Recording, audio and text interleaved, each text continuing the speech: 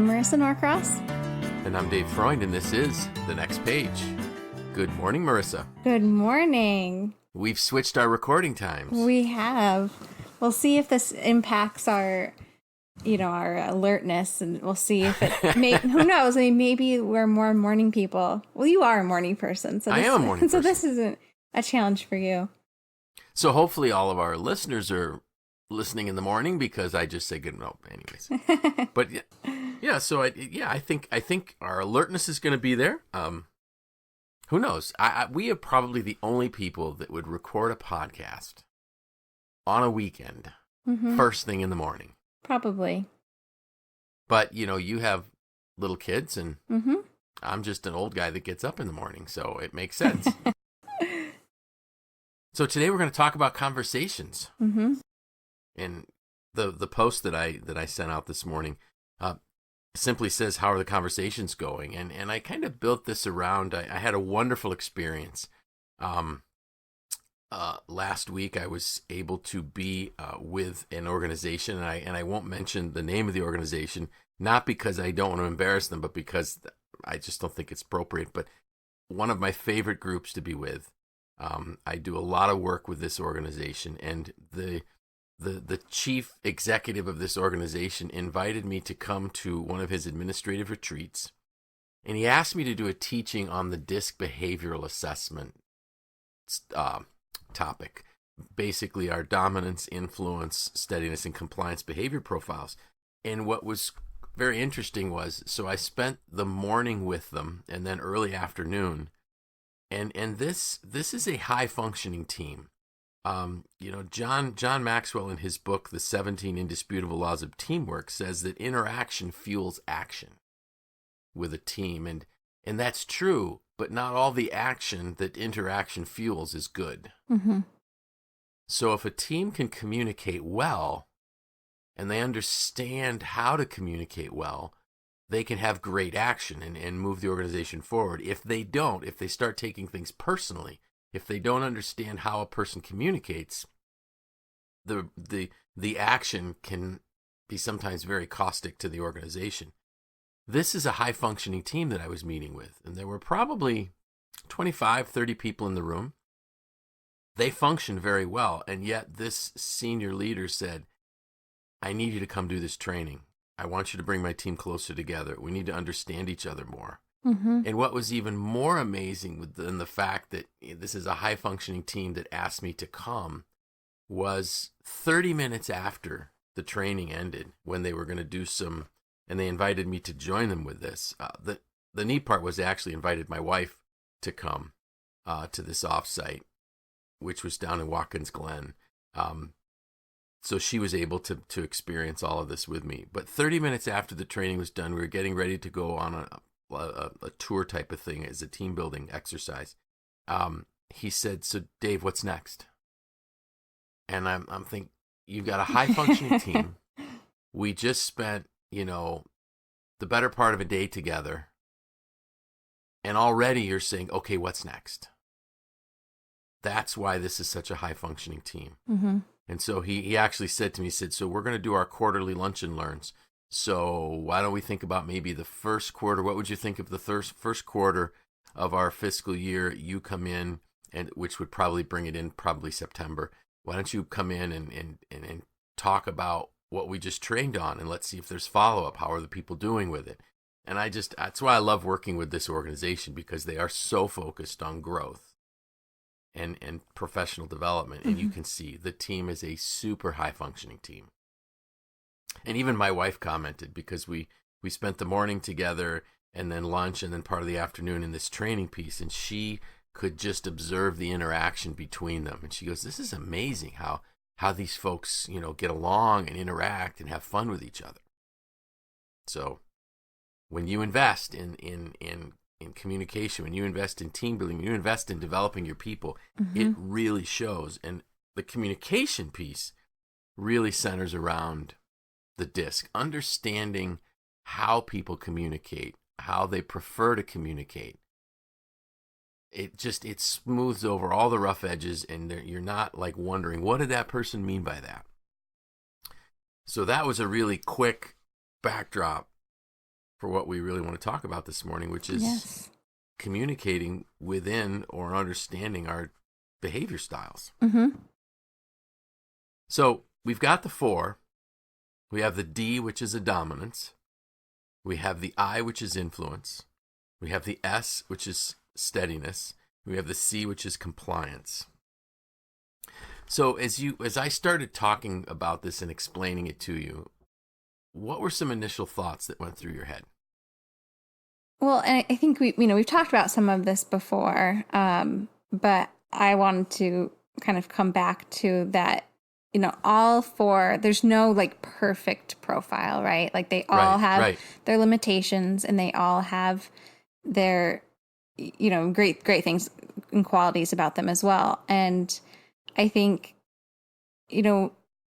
some organizations are probably, like you said, having better communication than others. I'm going to assume or guess that those organizations have a good mix, right? Like they're not all one profile or 2 profiles. They are a good mix, right? And yes. What have you seen? Have you seen organizations that have too many, or like too much of a good thing or too much of a not so good thing? So I think the key that you brought out was that all 4 behavior profiles have strengths and weaknesses. Mm-hmm. It's interesting. So I've switched from the training that I use on DISC now is a Maxwell based DISC. I used to do another one, and I prefer the Maxwell one because it focuses a little bit more on the leadership piece. But the organization that I was with, one of the things that I do if I do a training, I will actually map out for them everybody that's in the training, where they are in terms of their DISC profile. Mm-hmm. This group did not have 1 D in it. Interesting. Which was very interesting. Mm-hmm. Now, they said that there were a few folks that did not attend the training that might fall into the D category. Mm-hmm. The other and there's another organization that I've done a significant amount of work with that had almost no I behavior profiles. And oftentimes organizations, based on what they do, because professions tend to shift towards certain behavior profiles, and maybe maybe that I'm thinking out loud, and we'll decide this for sure by the time we end the podcast, but this might be a 2-parter. Mm-hmm. To help people understand how a profession could influence your DISC behavior. But the value in the group, you can't just have 1, because clearly the organization won't function well. But the key, even more than having them evenly distributed, is having them understand mm-hmm. the values and challenges of each. And this organization really knows how, and so is the other one that I've done work with. They're aware of what they're missing, and part of it could be, and I've told them this, we typically hire the people that we're comfortable with. So we hire people that are like us. Mm-hmm. That's the problem. Mm-hmm. When we hire people like us. So again, a good team is going to have a blend. Never just 1. It's best to have 4. But oftentimes based on a culture piece or a professional focus, you may miss one or the other. Hope that makes sense. Yes, it does. Maybe what we should do quickly, just so people can get their minds around this one, is let me give you some tips for recognizing your behavior profiles in other people. Mm-hmm. And you can actually look at it with just a couple things. Are they introverted? So, and we talked about this. One of our questions that we answered a couple weeks back was, can a high C, high S behavior profile be a leader? And the answer is absolutely. But your C's, your compliance, and your S, your steadiness, are typically more reserved. They're more introverted. They're not going to be the first people that are going to speak up in a group, especially if they don't know the group very well. So if they're introverted, they're going to be a C or an S. If they're extroverted, they will be a D or an I. Now, if they're extroverted and they're very direct and they're very blunt, they're clearly a D, a dominance. If they're extroverted and they're very talkative, they're very chatty, they're more of a friendly, laughing, joking kind of person, they're going to be an I. And then if the person, another one is this, they are task-focused or relationship-focused. So if they're very task-focused, they're going to be a D or a C. But if they're more people-focused, they will be an S or an I. So with just those two things, are they introverted, extroverted, task-focused, or people-focused? We can tell pretty quickly what a person is. Now, here's another thing, is none of us, well, I shouldn't say none, less than 1% of the population is extreme in only one area. Mm-hmm. So we could just say, for the most part, almost everyone is a beautiful blend of multiple behavior profiles. And that was another reason why I preferred the new assessments that I'm using now, because instead of giving us just a high D, high I, high S, or high C, it gives us a blend. Mine, for instance, is an IS. Mm-hmm. Some are 3 letters. Yeah. And so and it's the blending of all of these that really affects who we are and how strong we are in one area or the other. So let's talk about communication piece, because that was really what my blog post was about. Mm-hmm. You have to think about the behavior profile before you start the conversation. And I tell people, when you're entering into a conversation, think about the profile that person has. So if I'm going to go in and I'm going to talk to a person that's a high D, they don't like to waste time. They want to be the expert. So you have to be very brief, very direct and to the point. Don't ramble on. Don't just give them way too much information. They're not going to want, they will shut you down completely. Mm-hmm. You need to help them by focusing specifically on results. A lot of people think that D's are kind of mean and arrogant, because they can come across that way. But the problem is, or the reason for that is that they're very urgent. They're time focused. They don't want to waste any time, because there's all kinds of great opportunities that they want to win over. Everything in life is a challenge for them. So when you focus on results, they can see where the conversation's going to go. Mm-hmm. You want to show them what's good for them. What do they get out of it? If you're going to go there with some issue, you want to discuss the problem and its effects and its outcomes. Just give them all the information so that they can make a good decision and move on. What you don't want to do is be indecisive. You don't want to not answer their objections, because they're going to see through that as you not really being forthright or even knowing the answers that you want. Don't give them a ton of details. Don't offer opinions. They want to know the facts. They want to know exactly what's going on. And if you go off on a tangent, you lose them. So if I look at those hindering factors right there, being indecisive, your high C and your high S by nature will be less likely to make a decision.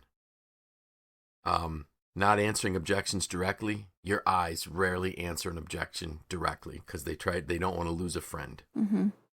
Explaining too many details, your C's are going to give a ton of details. Go off on tangents, your I's always go off on tangents. Now, I just gave you a key right there. If somebody says always and never, they're an I. Mm-hmm.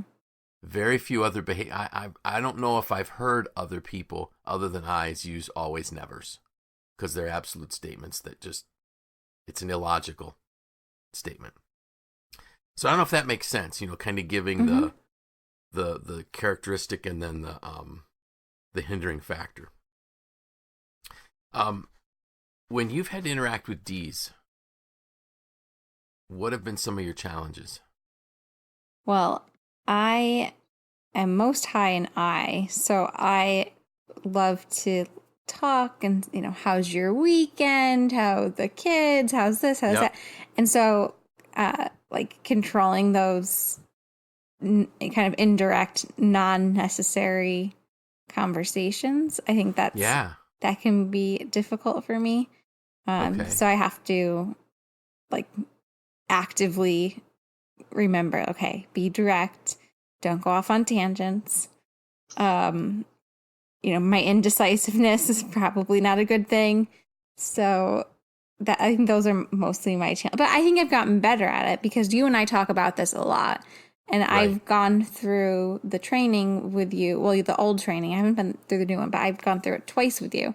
So I think Yep. I've had some good practice. Yeah.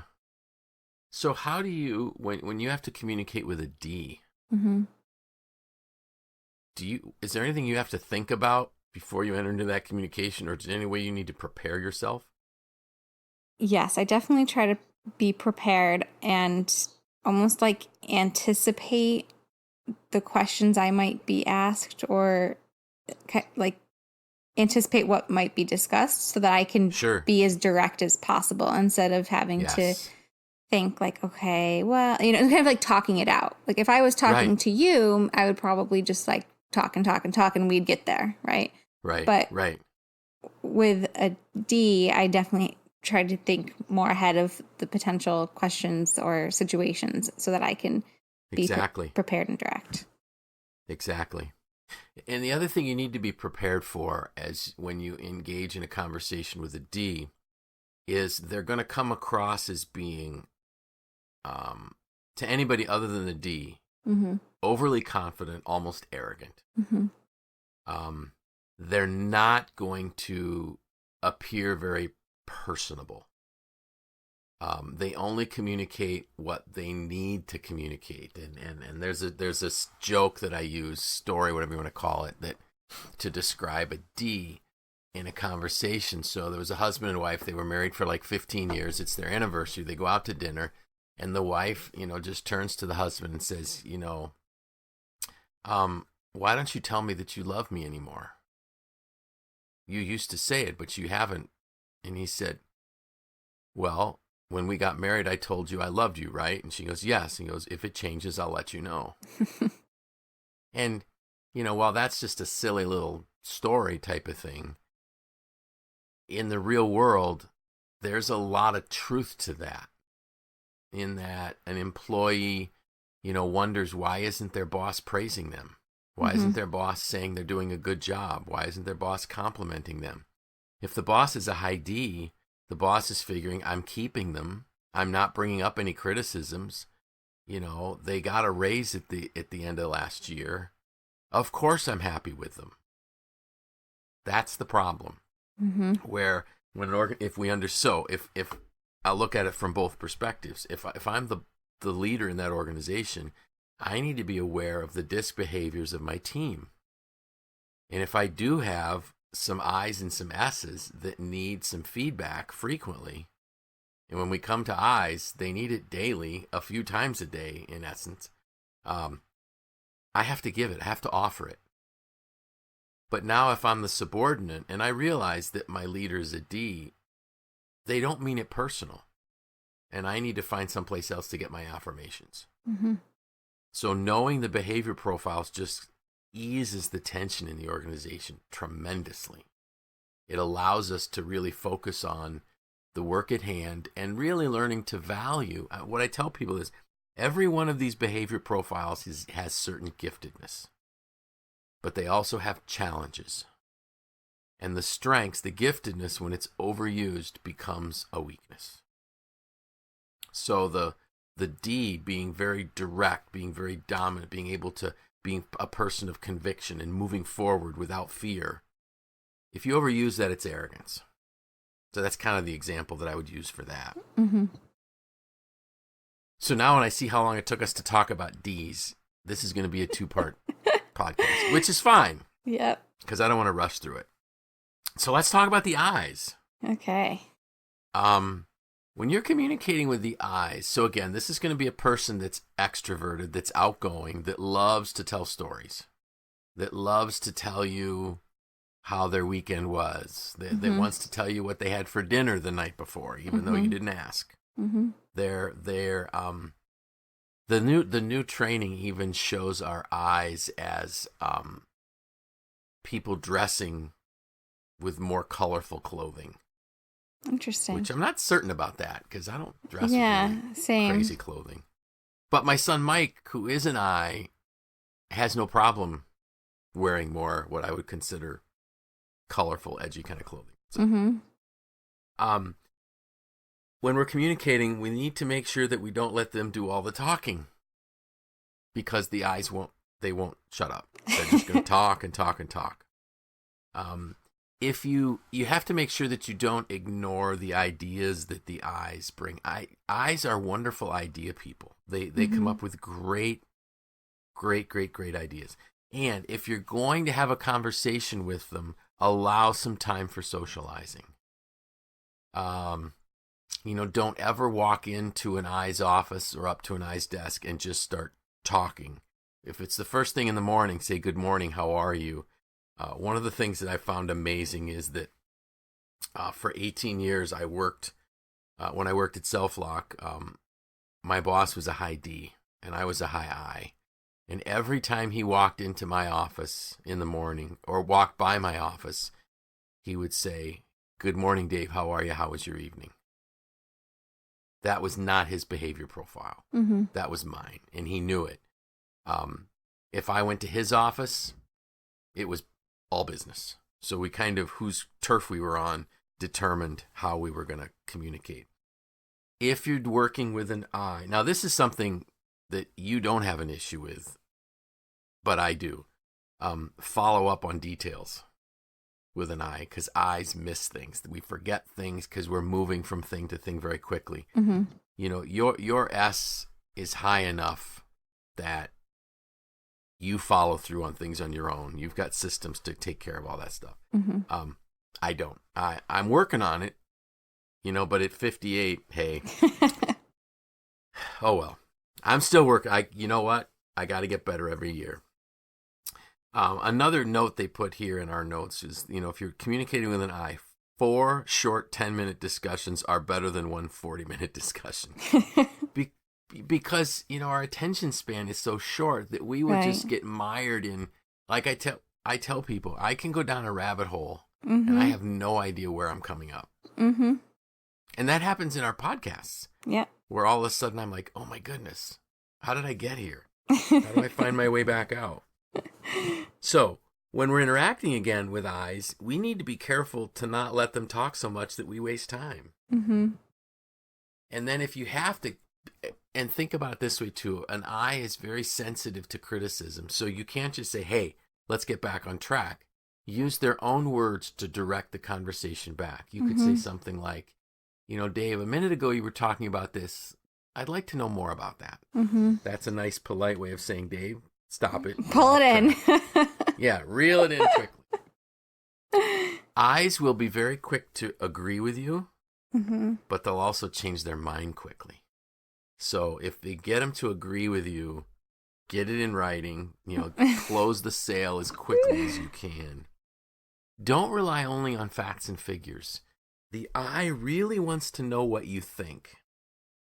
They want to know, is this something that you like? Is this something you believe in? Eyes actually believe that sometimes figures can be wrong. Facts can be skewed. And so they're looking for that human piece that's going to dig in a little bit deeper into their heart. Don't come off as being unfriendly or cold. So if we think about this, so let's get back to our D's, not saying, "Hey, how are you? How was your evening?" Or C's, which again are very task-focused and even introverted. There's conflict right there just in the behavior profiles. So with my eyes, I got to make sure that I'm for almost over the top nice and friendly. As the president of a company, there were times when I wondered, gee, I hope I'm doing a good job. Now, I had 4 board meetings a year where they would tell me how I was doing. The company was succeeding most of the time, not always. We had some rough years. But even through all that, I was still wondering, hey, I wonder if I'm doing a good job. Nobody's told me I've been doing a good job today. My wife even said to me once, she goes, how many compliments or strokes do you need a day? And my answer was just one more. It's the nature of that, an elevated I, that these are things that we need. So you said that you're an I. I don't remember how high your I was. What's your second highest? Is it an S or a C? My I, S, and C were like all pretty level, and I think I was just like a bump above. That's what I thought. But I didn't remember exactly. Yeah, they were pretty level, and it, as I go through, I've gone through and kind of looked at these again. I definitely do think that is true, because I find myself in all three of these categories. Yeah, and you know what? I should send you a link to the new assessment. Mm-hmm. I'll make a note to do that, because I think the new assessments are nice in that they really focus on 3 graphs, which help us understand ourselves even better. And I don't want to get too far into the weeds. Maybe we can talk about it more next week. Mm-hmm. What are 3 graphs? So I'll give them a little teaser.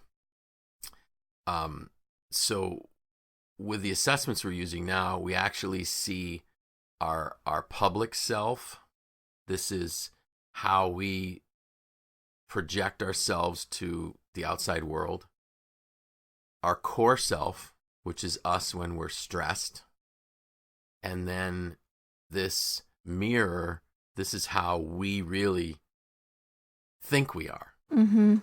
So it's kind of cool to see how your behaviors shift based on situations you're in, and based on your own awareness type of thing. It's really cool stuff. Mm-hmm. So are there any problems that or challenges that you see communicating with eyes that maybe I missed? Or reeling them in? You can talk about me, because my eye's pretty high.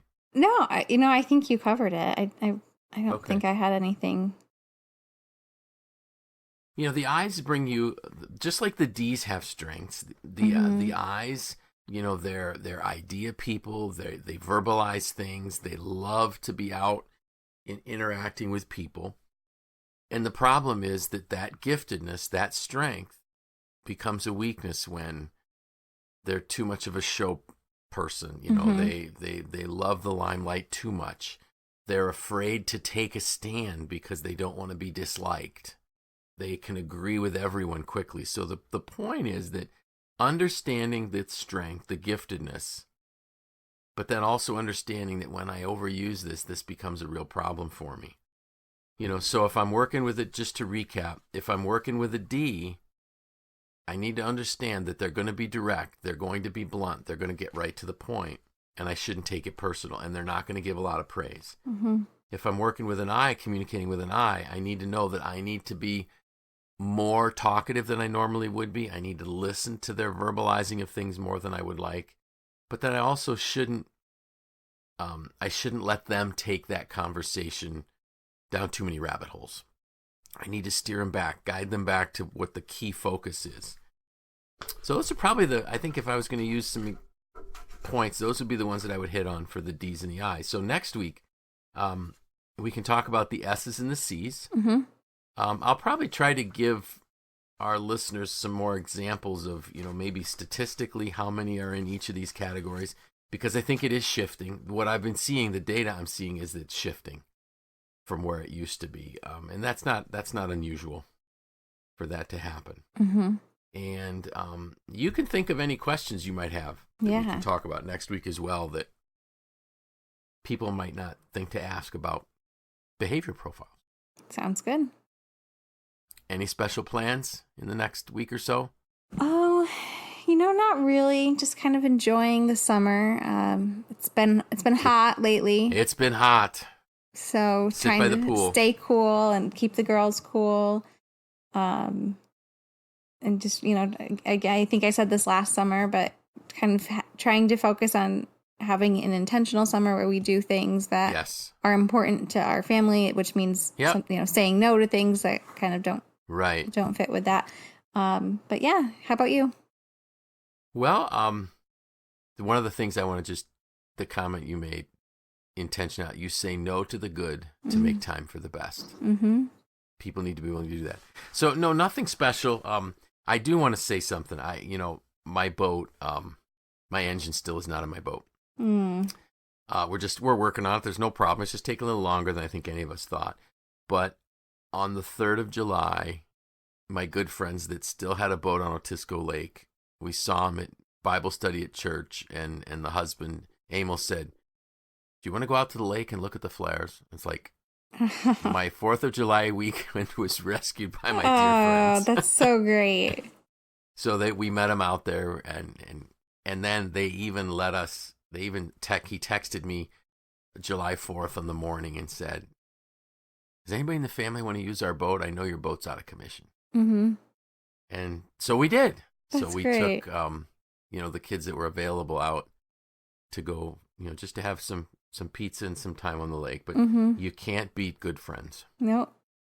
So that's wonderful. So with that, I'm Dave Freund. I'm Marissa Norcross. And this was The Next Page.